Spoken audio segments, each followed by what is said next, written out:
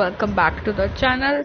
Today we are going to talk about the previous year questions of biochemistry that are really very important. Today I'll be doing AIPG question paper 2017. So in my further videos which are going to come, I'll be discussing some of the previous year question papers of biochemistry because as everybody says, biochemistry is a kind of a subject in which you need to mug up the things. So that's why I'll be doing directly the recent question papers, and then I will jump to the individual chapters because this is all about how much you know, and it's not just like आपको concepts बनाने हैं and all that. Because different cycles हैं, different enzymes हैं, different values हैं, तो सारी चीजें learn करनी है. तो जितना रीसेंट क्वेश्चन पेपर हम करते हैं, बिकॉज बच्चे क्या करते हैं, चैप्टर्स के क्वेश्चंस एमसीक्यूज कर लेते हैं, वही इतने सारे होते हैं कि जो रीसेंट पेपर्स होते हैं वो उनको छोड़ देते हैं. तो हम रीसेंट पेपर्स पहले शुरू करेंगे बायोकेमिस्ट्री में. तो आज हम करेंगे एआईपीजी 2017 का क्वेश्चन पेपर, और बिना टाइम वेस्ट करे लेट्स गेट स्टार्टेड. ज्यादा क्वेश्चंस नहीं है, थोड़े क्वेश्चंस है, बट एक्सप्लेनेशंस काफी ज्यादा बड़ी बड़ी हैं. तो आई बी मेकिंग श्योर दैट कि हाँ थोड़ा छोटा करके मैं जल्दी से समझा सकूं. ठीक है, तो पहला क्वेश्चन है calorific value of fat. Calorific value of fat, सबसे पहले कैलोरिफिक वैल्यू क्या होती है हर एक चीज की. हर जो भी हम खाना खाते हैं, चाहे वो फैट है, चाहे हम फैट्स खा रहे हैं, फैट्स मतलब कि तेल वाला खाना हो गया, या कार्बोहाइड्रेट्स खा रहे हैं, ठीक है, जिसमें लाइक ब्रेड्स वगैरह जिसमें काफी ज्यादा है, सीरियल्स काफी ज्यादा है, प्रोटीन्स हो गए हमारे, दालें हो गई, पल्सेस हो गई, सीरियल्स हो गए. तो ये जो डिफरेंट डिफरेंट चीजें होती हैं, इन सबकी कैलोरीफिक वैल्यू डिफरेंट डिफरेंट होती है. अगर आप आंसर्स जाएं पीछे तो आपको पता चलेगा. ये देखिए, ये पहला वाला आंसर है, इसमें आपको पता चलेगा, इसमें लिखा हुआ है साफ साफ. उसने पूछा था what is the calorific value of fat.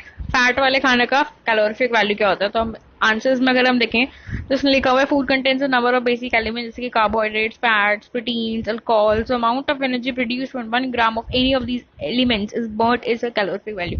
Calorific value सीधी सी बात क्या होती है कि जब 1 ग्राम किसी भी चीज का अगर हम बर्न करें तो उससे कितनी एनर्जी निकल रही है, कितनी एनर्जी प्रोड्यूस हो रही है, that is a calorific value. Straight forward question आपको याद रखना है. कार्बोहाइड्रेट्स की 4 किलो कैलोरीज होती हैं, प्रोटीन्स की भी 4 किलो कैलोरी होती है, फैट्स की 9 किलो कैलोरी होती है, और अल्कोहल की 7 किलो कैलोरी होती है.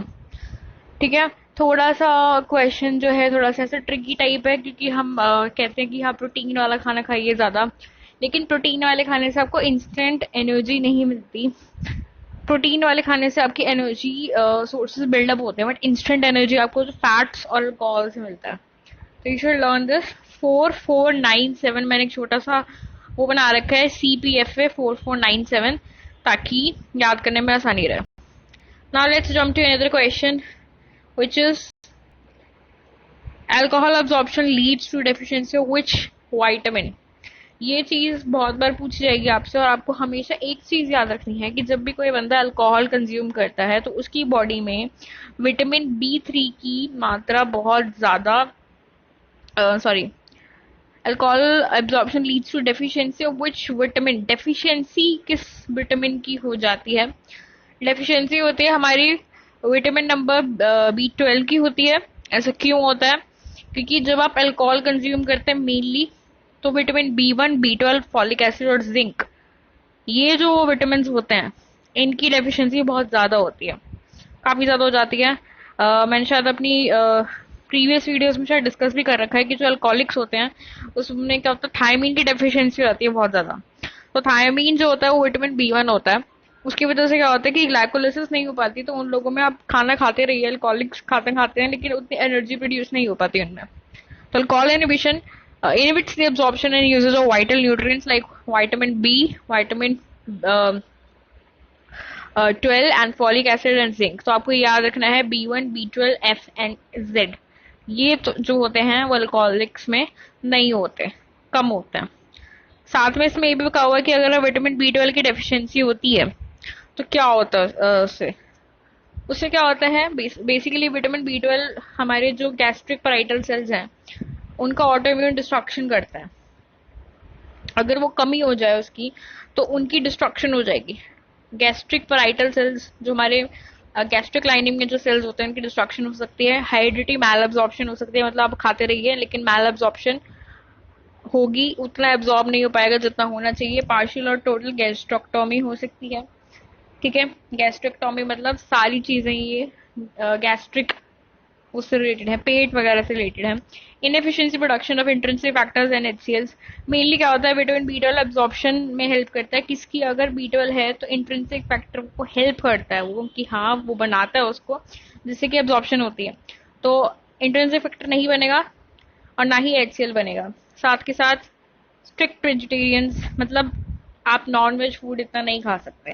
पैथोफिजियोलॉजी क्या होती है इसकी, कि जो अल्कोहल होता है वो इरिटेट कर देता है म्यूकोजल लाइनिंग ऑफ स्टमक की, जिससे कि एचसीएल नहीं बन पाता और इससे इंट्रिंसिक फैक्टर भी बहुत कम सिक्रीट होता है, एचसीएल भी कम सिक्रीट होता है, जिसकी वजह से एब्जॉर्प्शन नहीं हो पाती विटामिन बी12 की। तो बेसिकली विटामिन बी12 एब्जॉर्ब नहीं होता, विटामिन बी1 भी नहीं हो पाता, फॉलिक एसिड और जिंक, ये 4 चीजें होती हैं। Next question is question number 3, that vitamin C effects. Vitamin C की वजह से क्या होता है, तो इसका आंसर जो है डी है। मैचुरेशन ऑफ प्रोकोलाजन होता है, प्लस क्या होता है, फॉर्मेशन ऑफ ऑस्टियोइड मैट्रिक्स। अगर आप पीछे इसका आंसर देखेंगे तो आपको पहले यही बता देती हूँ कि इसके पीछे आंसर्स में काफी सारे पॉइंट्स दिए हुए हैं, काफी सारे पॉइंट्स हैं जो फंक्शंस ऑफ विटामिन सी बता रहे हैं। ठीक है, विटामिन सी के क्या क्या फंक्शंस हैं, सो लेट्स डिस्कस दिस। पहला होता है कि enhance absorption of iron. Vitamin C, क्या आपने कभी सुना था कि विटामिन सी आयरन के एब्जॉर्प्शन में हेल्प कर सकता है? हाँ, विटामिन सी आप जितना डेली रिक्वायरमेंट्स में आपको जितना चाहिए होता है आप उतना कर लेंगे तो आपकी जो एब्जॉर्प्शन है आयरन की वो सही रहेगी। आयरन बॉडी में अगर आप खा रहे हैं तो एब्जॉर्ब भी होगा। ठीक है, reduces iron to more absorbable ferrous forms and chelates with ferrous ions to make it more soluble. Basically एक और चीज में पता चलती है कि आयरन की फेरस फॉर्म्स होती हैं वो एब्जॉर्बेबल होती हैं। दूसरा चीज क्या करता है ये, collagen formation for maintenance of normal connective tissue and wound healing processes. Collagen help बनाने में हेल्प मदद करता है, वुंड हीलिंग प्रोसेसेस में मदद करता है। अब कोलेजन कैसे बनाता है ये, hydroxylation of proline and lysine, 2 amino acids हैं कि हाइड्रोक्सिलेशन करता है, नाम है proline lysine. Post translation reaction of pro collagen and collagen cross linkings. ठीक है, ये बहुत जरूरी है। प्रो कोलेजन का पोस्ट ट्रांसलेशन रिएक्शन भी करवाता है और उनकी क्रॉस लिंकिंग भी करवाता है। नेक्स्ट है helps in the formation of organic matrix of the bone. हड्डी का ऑर्गेनिक मैट्रिक्स जो होता है उसको बनाने में मदद करता है बहुत ज्यादा। चौथा है हाइड्रोक्सिलेशन रिएक्शंस। अब हाइड्रोक्सिलेशन रिएक्शंस काफी सारी होती हैं। पहली दे रखी है hydroxylation of tryptophan in the synthesis of serotonin. Tryptophan से सेरोटोनिन बनता है बेली चीज, जो हमें याद रखनी है, और ये हाइड्रोक्सिलेशन रिएक्शन होती है। दूसरी चीज सिंथेसिस ऑफ न्यूरोट्रांसमीटर्स, जैसे कि डोपामीन है, एपाइनफ्राइन है, नॉन एपाइनफ्राइन है, ये सारे टायरोसिन मेटाबॉलिज्म से बनते हैं। जब आप टायरोसिन का साइकिल पढ़ेंगे तो उसमें डोपामीन, एपाइनफ्राइन, नॉन एपाइनफ्राइन ये सब बनते हैं और ये हाइड्रोक्सिलेशन रिएक्शंस में आता है। बाइल सिंथेसिस भी हाइड्रोक्सिलेशन रिएक्शन के अंदर आता है। कार्निटीन सिंथेसिस जो हमने ग्लाइकोलाइसिस में पहले पढ़ा था, जब हम कीटोन बॉडी फॉर्मेशन करवा रहे थे तो कार्निटीन सिस्टम हमने पढ़ा था, वहां पे मेम्ब्रेन के अंदर होता है जो ट्रांसपोर्ट में हेल्प करता है, वो भी हाइड्रोक्सिलेशन रिएक्शन से बनता है। Next in the synthesis of corticosteroid hormones, हमारे कॉर्टिकोस्टेरॉइड्स, ग्लूकोकॉर्टिकोस्टेरॉइड्स, मिनरलोकॉर्टिकोस्टेरॉइड्स, ये सारे हमारे हाइड्रोक्सिलेशन रिएक्शन से बनते हैं। तो ये आपको सारा याद करना है। पांचवी चीज जो फंक्शन ऑफ विटामिन सी में आती है वो होता है folic acid metabolism, needed for the formation of tetrahydrofolate. Tetrahydrofolate body में बनाने के लिए यू नीड विटामिन सी। तो फॉलिक एसिड का जो पूरा साइकिल है उसके लिए आपको विटामिन सी चाहिए। नेक्स्ट छठा जो है एंटीऑक्सीडेंट एक्टिविटीज के लिए आपको विटामिन सी चाहिए। Reacts and remove active oxidant species, जो हमारी active oxidant species, anti oxidation का क्या मतलब होता है, बहुत लोग कहते हैं कि एंटी ऑक्सीडेंट्स चाहिए, एंटी ऑक्सीडेशन रिएक्शन होनी चाहिए। मतलब क्या होता है, बॉडी में बहुत ज्यादा रिएक्टिव ऑक्सीडेंट स्पीसीज जमा हो जाती हैं, एक्टिव ऑक्सीडेंट स्पीसीज जमा हो जाती है, उनको निकालने के लिए हमें एंटीऑक्सीडेंट्स की जरूरत पड़ती है। It spares vitamin A, E and some B complex vitamin from oxidation. ठीक है, next is prevention action on cataract. Cataract में भी हेल्प उसको बचाने में हेल्प करता है विटामिन सी। तो ये सारी चीजें आपको पता नहीं चाहिए। आयरन में, कोलेजन में, ऑर्गेनिक मैट्रिक्स ऑफ बोन में, हाइड्रोक्सिलेशन रिएक्शन जिसके अंदर हमारी ट्रिप्टोफैन का सेरोटोनिन आ गया, टायरोसिन का डोपामीन, एपाइनेफ्राइन, नॉन एपाइनेफ्राइन आएगा, बाइल एसिड्स आ गए, कार्निटीन सिस्टम आ गया, कॉर्टिकोस्टेरॉइड हार्मोन्स आ गए, फिर हमारे पास फॉलिक एसिड मेटाबॉलिज्म आ गया, फिर एंटीऑक्सीडेंट एक्टिविटीज आ गई, इसमें ए, ई, बी है विटामिन, और फिर हमारे पास कैटारैक्ट सिस्टम है। ठीक है, so that's all about question number 3। ये सारी जर्नल इन्फॉर्मेशन है जो बहुत इंपॉर्टेंट है। Next is question number A, vitamin A question number 4, vitamin A toxicity causes. अगर किसी को ज्यादा विटामिन ए दे दिया जाए तो उसे टॉक्सिसिटी हो जाती है, तो उससे क्या होता है? आंसर्स में अगर हम देखें तो इसमें लिखा हुआ है कि toxicity of vitamin is attributed by destructive action of hydrolysis on the cell membranes. Hydrolysis काम आते हैं आगे और वो डिस्ट्रक्टिव एक्शन शो करते हैं सेल मेम्ब्रेन्स में। Elders are more susceptible. इसमें डर्मेटाइटिस हो सकता है, रेज्ड इंट्राक्रैनियल प्रेशर हो सकता है, हिपैटोमेगेली हो सकती है, लिवर पे फर्क पड़ सकता है, स्केलेटल डीकैल्सिफिकेशन हो सकती है, लॉस ऑफ वेट हो सकता है, जॉइंट्स, बेसिकली हड्डियों में प्रॉब्लम्स बताई हुई है कि हड्डियों में या तो डीकैल्सिफिकेशन हो सकती है या फिर जॉइंट पेन्स हो सकते हैं, और बताया हुआ है स्किन की प्रॉब्लम्स हो सकती हैं, प्लस उस पेशेंट को इंट्राक्रेनियल टेंशन भी हो सकती है। तो ध्यान से देना चाहिए, विटामिन ए ज्यादा भी नहीं खाना चाहिए क्योंकि विटामिन ए खाने से दिमाग पे असर पड़ सकता है, स्किन पे असर पड़ सकता है, लिवर पे असर पड़ सकता है और हड्डियों और वेट पे असर पड़ सकता है। Next is question number 5, glucuronide reaction is seen in. अब ये कौन सी रिएक्शंस होती हैं, कौन सी किस फेज में हमें देखने को मिलती हैं? उसका आंसर अगर हम देखें यहाँ पे क्वेश्चन नंबर 5, तो pathway of drug metabolism can be divided into 2 phases 1 and 2। हम पहले भी फार्माकोलॉजी जब हमने सेकेंड ईयर में पढ़ी थी तो हमने ड्रग मेटाबॉलिज्म पढ़ा था, वहां पे उसमें फेजेस होती थी इसकी। तो फेज 1 रिएक्शन, फेज 2 रिएक्शन, जो ग्लूकोरोनेट रिएक्शन होती हैं वो फेज 2 में दिखाई देती हैं। ठीक है, अब फेज 1 में कौन कौन सी रिएक्शंस होती हैं? फेज 1 में ऑक्सीडेटिव, रिडक्टिव और हाइड्रोलाइटिक रिएक्शंस होती हैं। ऑक्सीडेशन करवाना, रिडक्शन करवाना, हाइड्रोलाइटिक, हाइड्रोक्सिलेशन नहीं, हाइड्रोलाइटिक रिएक्शंस। ठीक है, in these type of reactions a polar group is either reduced or unmasked, so the drug molecule becomes more water soluble and can be excreted। इसमें क्या होता है कि जो भी पोलर ग्रुप होता है या तो वो डाला जाता है या फिर अगर वो है ऑलरेडी तो उसको हटाया, उसका अनमास्क किया जाता है ताकि वो मोर वाटर सोल्यूबल बन जाए और वो निकल जाए बॉडी से। Reactions are non synthetic in nature and generally produces a number of water soluble less active metabolites। water soluble metabolites बनाते हैं, non synthetic nature में होते हैं less active metabolites बनाते हैं। majority of metabolites are generated by a common hydroxylation enzyme system known as cytochrome P450।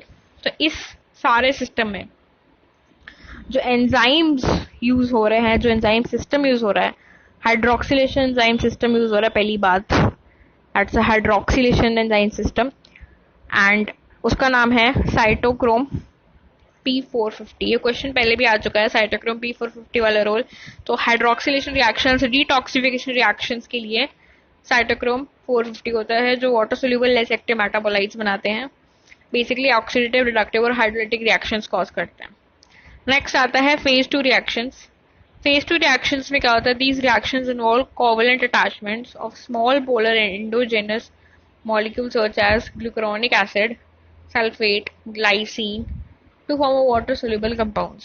ये भी water soluble बनाते हैं, बस फर्क क्या होता है कि यहाँ पे कोवेलेंट अटैचमेंट होती है, वहां पे हमारे पास पोलर ग्रुप से बन रहा था, यहाँ पे हम कोवेलेंट अटैचमेंट करवाते हैं स्मॉल एंडोजेनस मॉलिक्यूल्स की, जैसे कि ग्लूकुरोनिक एसिड, ये अटैच करवा देते हैं, या फिर सल्फेट या फिर ग्लाइसिन को, ताकि वाटर सोल्यूबल कंपाउंड्स बन जाए।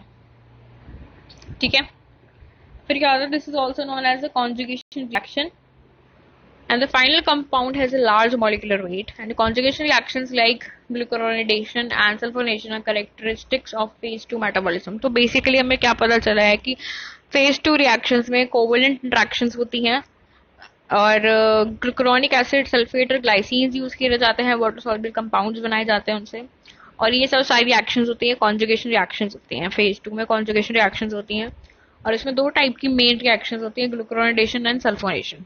अब हम पढ़ेंगे ग्लूकुरोनाइडेशन के बारे में। That is often involved in xenobiotic metabolisms, that is detoxification. Xenobiotic का क्या मतलब होता है? जेनोबायोटिक का क्या मतलब होता है कि जो डिटॉक्सिफिकेशन में जो बॉडी से हार्मफुल रिएक्टिव स्पीसीज को निकालने में मदद करता है। जैसे कि ड्रग्स हो गई, बहुत सारी ड्रग्स एक्यूमुलेशन हो जाती है कई बार पेशेंट्स की बॉडी में, पोल्यूटेंट्स का एक्यूमुलेशन हो जाता है, बिलिरुबिन का एक्यूमुलेशन हो जाता है, एंड्रोजन्स हो गई, स्ट्रोजन्स हो गए, mineral glucocorticosteroids, fatty acids, retinoids, bile acids. It occurs mainly in liver, क्योंकि लिवर में सबसे ज्यादा एंजाइम्स होते हैं। तो ये सारी चीजें, चाहे वो आपके स्टेरॉइड हार्मोन्स हैं, चाहे वो आपके सेक्स हार्मोन्स हैं, चाहे वो फैट हार्मोन्स हैं, चाहे बाइल एसिड्स हैं, चाहे पॉल्यूटेंट्स हैं, चाहे ड्रग्स हैं, वो सब लिवर में इकट्ठा हो जाता है। तो इनको निकालने के लिए, डिटॉक्सिफाई करने के लिए जेनोबायोटिक मेटाबॉलिज्म हम यूज करते हैं। The human body uses glucuronidation to make a large variety of substances more water soluble, and in this way allow for the subsequent elimination from the body through the urine or feces. Urine और faces के through हम इनको water soluble बना के eliminate करवा देते हैं इन मॉलिक्यूल्स को।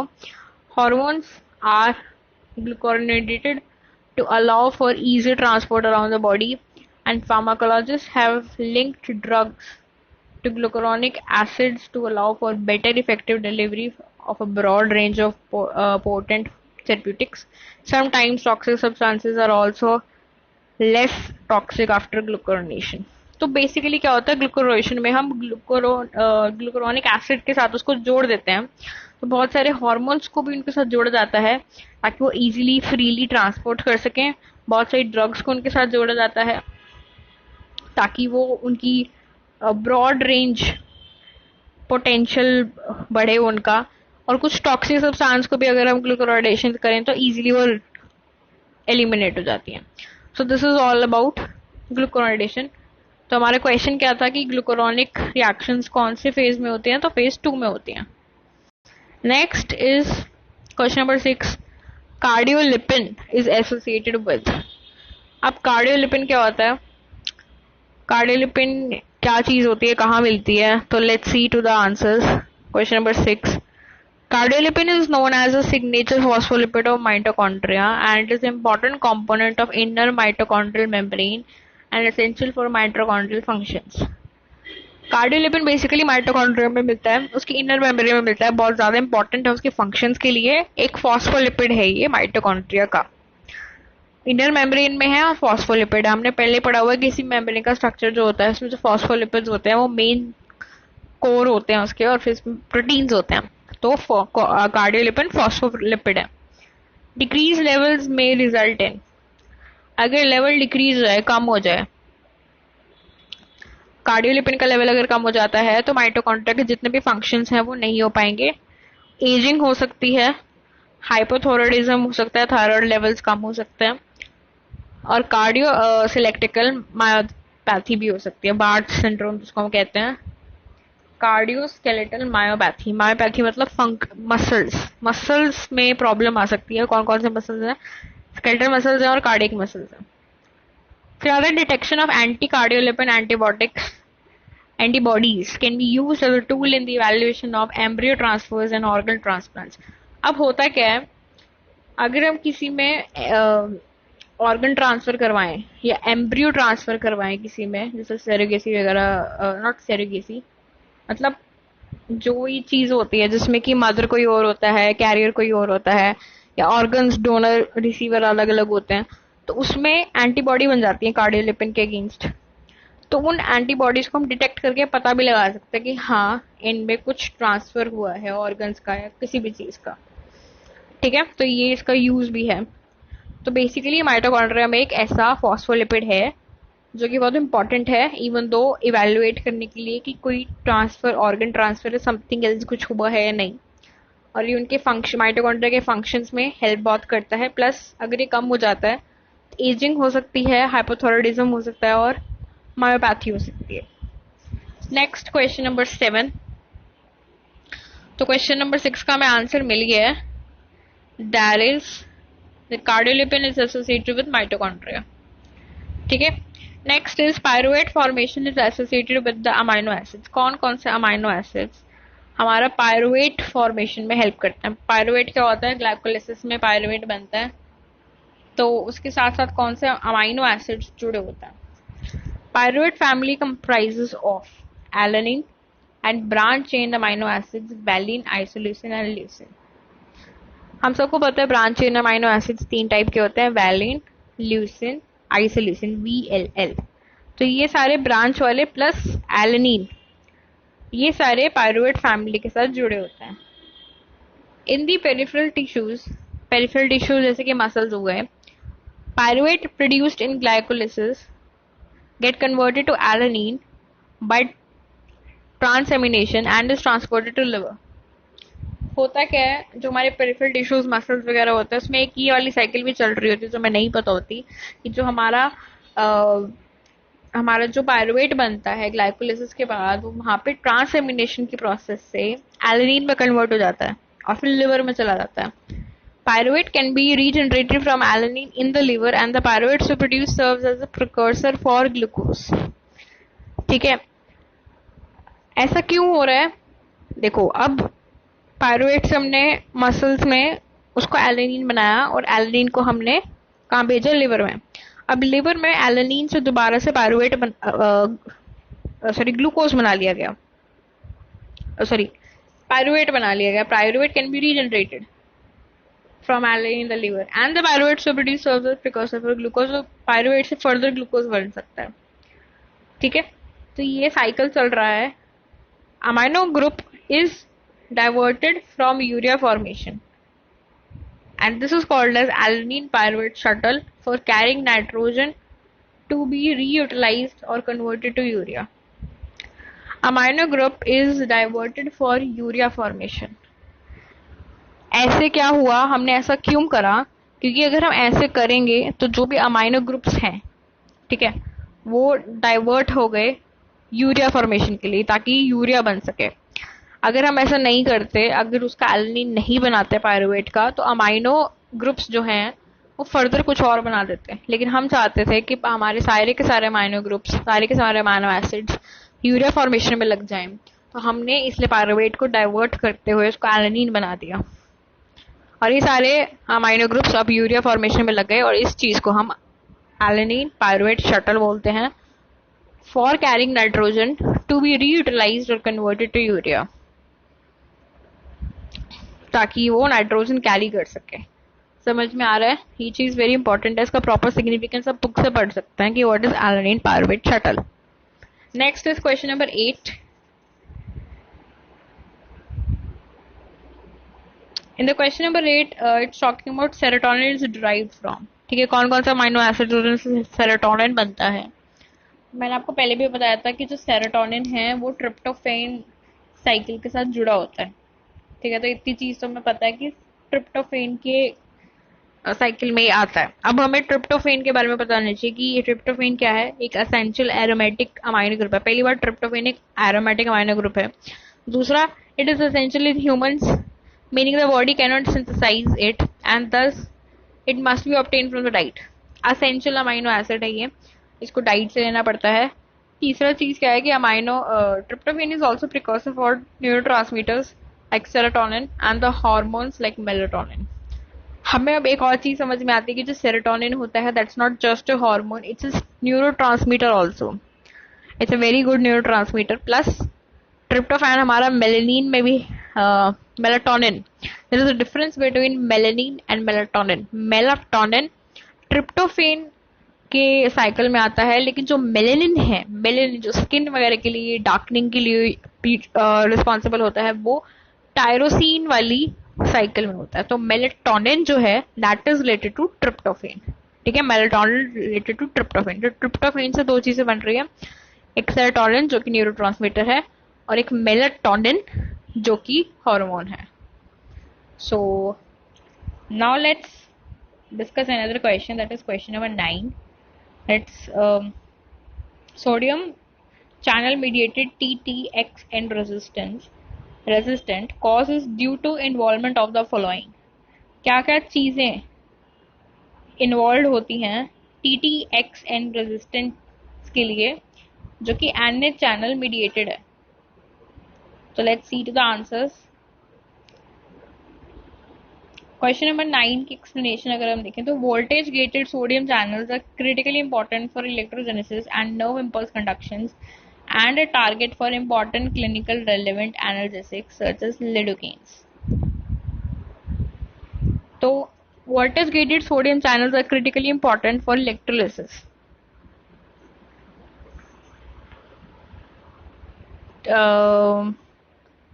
इलेक्ट्रोजेनेसिस आपको पता क्या होता है? इलेक्ट्रोजेनेसिस जितना भी हमारा इलेक्ट्रिक सिग्नल फॉर्मेशन है वो सबके लिए हमने पहले भी पढ़ा था कि सोडियम पोटेशियम कैसे आपस में अंदर बाहर होते हैं, जैसे कि हमारा पोटेंशियल ग्रेडियंट होता है, जैसे कि हमारा इलेक्ट्रिक इम्पल्स फॉर्मेशन होती है, ठीक है, नर्व इम्पल्स कंडक्शन होती है उनसे, plus a target for important clinical relevant analgesics.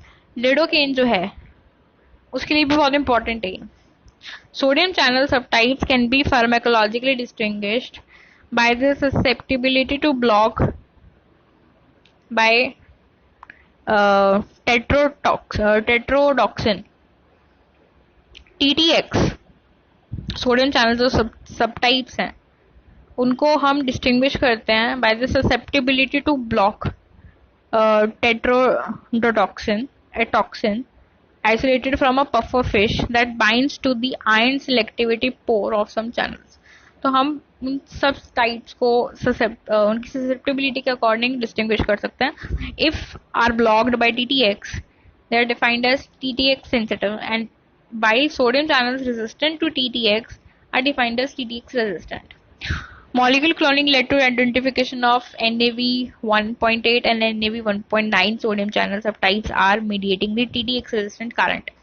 Basically क्या कह रही है कि जो हमारे सोडियम चैनल्स होते हैं वो रेजिस्टेंट भी हो सकते हैं TTX से और उनके सेंसिटिव भी हो सकते हैं। तो जो NaV1.8 और NaV1.9 वाले जो हैं ये रेजिस्टेंट होते हैं, इनको TTX से कोई परेशानी नहीं है। और इनमें से भी जो NaV1.8 होता है that mediates majority of TTX resistant current and this channel plays important role in generation maintenance of inflammatory pain. ठीक है, तो ये वाला जो है NaV1.8 है तो बहुत ही रेजिस्टेंट और मेजरली इन्वॉल्व है। So the failure of anesthesia in severe irreversible pulpitis is due to TTX resistant NaV1.8 voltage gated sodium channels। Main चीज का सिग्निफिकेंस क्या है कि जो हमारा पल्पाइटिस होता है, कई बार इरिवर्सिबल पल्पाइटिस में बहुत ज्यादा पेन होता है, तो वो एनेस्थीसिया देने के बाद भी नहीं जाता। ऐसा क्यों होता है? क्योंकि वहां पे जो चैनल्स हैं, जो सोडियम चैनल्स हैं, वो TTX रेजिस्टेंट चैनल्स हैं और वो NaV1.8 चैनल्स हैं। तो वो हमारे एनेस्थेटिक से उनको कोई फर्क नहीं पड़ता और पेन स्टिल कंटिन्यूस। ठीक है, so that's the explanation of question number 9। Now let's jump to last question, that is question number 10, that is skin fold thickness test is due to. अब स्किन फोल्ड थिकनेस टेस्ट किसकी वजह से? Fats, proteins, carbohydrate, skin energy कौन सा के लिए use होता है?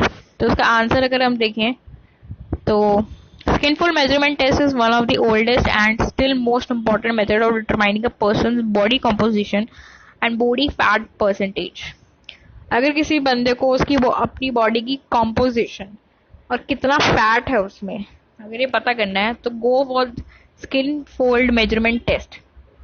This test estimates the percentage of body fat by measuring the skin fold thickness. आपकी स्किन का जो फोल्ड है उसकी थिकनेस देख करके हम ये बता सकते हैं कि उसमें कितना फैट है at a specific location on the body, and this thickness of these folds is a measure of the fat under the skin. कितना थिक है स्किन, इन फोल्ड्स का कितना थिकनेस है स्किन में, उसके हिसाब से फैट का रिलेशन होता है। Calibrated calipers are used for measurement of thickness and all. आप नीचे देखिए, इसमें ट्राइसेप्स जो होते हैं बॉडी में, जो बैक ऑफ अपर आर्म होते हैं, हम वहां पे ये टेस्ट कर सकते हैं। ये सारी लोकेशंस है हमारे पास, टिपिकल लोकेशन जहाँ पे करा जाता है। ट्राइसेप्स में कर सकते हैं, पेक्टोरल रीजन में होता है, पेक्टोरल होता है mid chest, subscapular region होता है shoulder blade, like edge of shoulder blade shoulder area में होता है। मिड एक्सिला रीजन हमारा कहाँ पे होता है? Mid line of side of torso, mid axilla. फिर एब्डोमेन रीजन हमारा बेली बटन के पास होता है। सुप्रा इलिक रीजन हमारा iliac crest at hip bone, वहां पे होता है, और क्वाड्रिसेप्स हमारे मिडल्स ऑफ अपर ट्राइब में होता है। तो यहाँ पे हम ये टेस्ट कर सकते हैं। Skin fold thickness results rely on formulas that convert these numbers into estimates of percentage of the fat according to person's age and gender। यहाँ पे कुछ ना कुछ formulas यूज करके हम different numbers को convert कर सकते हैं। So that's all for today, and these are the 10 questions. In the recent videos I'll be covering the further questions. Thank you.